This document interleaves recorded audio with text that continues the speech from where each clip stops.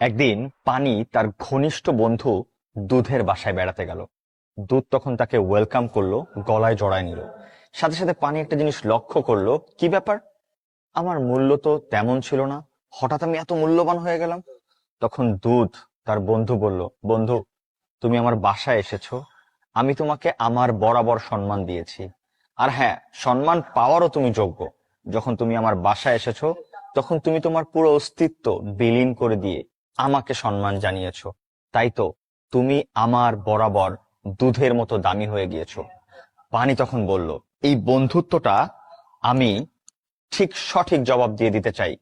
যখন আমাদের উপর প্রচন্ড তাপ আসবে, তখন আমি সর্বপ্রথম ভাপ হয়ে উড়ে যাব, যাতে তোমার কোনো ক্ষতি না হয়।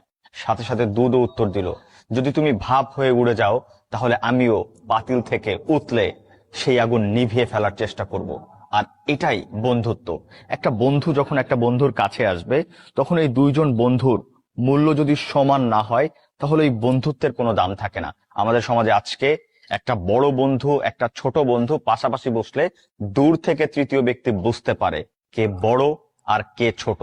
বাস্তবিক পক্ষে এটা কোনো বন্ধুত্বের পরিচয় না। বন্ধুত্ব সবকিছুর ঊর্ধ্বে। আপনি, আমি, আমরা যদি বন্ধু হই, তাহলে সব কিছুর ঊর্ধ্বে আমাদের মূল্যায়ন মানুষের কাছে সমান হওয়া উচিত। দুধ আর পানির বন্ধুত্ব আমাদেরকে এটাই শেখায়।